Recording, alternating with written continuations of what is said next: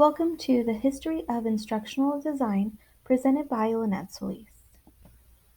Instructional design started around the 1940s.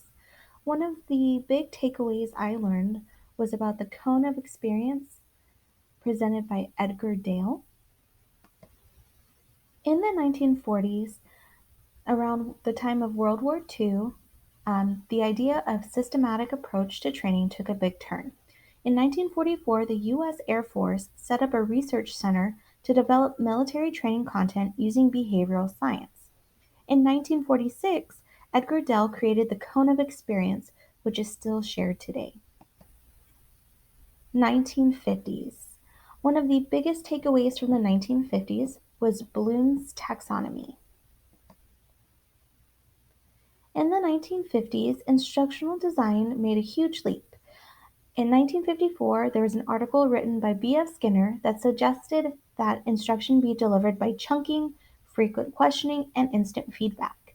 In 1956, Benjamin Bloom developed the well-known Bloom's taxonomy that is taught in many education courses today and used throughout the education system. 1960s. In the 1960s, one of the biggest takeaways was Gang's 9 events of instruction.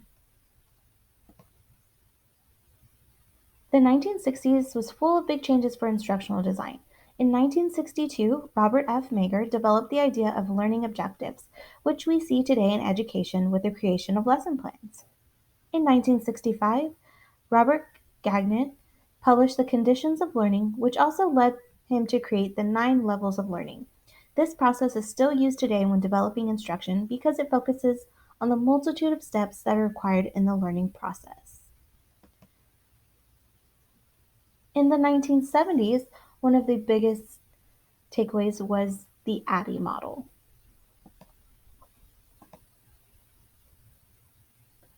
The Abbey Model was developed in the 1970s by the Center for Educational Technology at Florida State University. This model is used widely today as an industry standard. This systematic design focuses on 5 steps to developing effective learning experiences.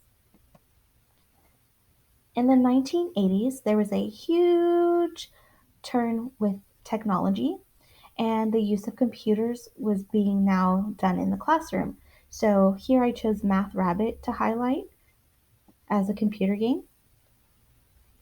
So computer technology was rapidly developing and led to the creation of computer-based instruction. Personal computers were being utilized with educational games such as Gertrude's Secrets, Math Rabbit, and Mavis Beacon's Teaches Typing.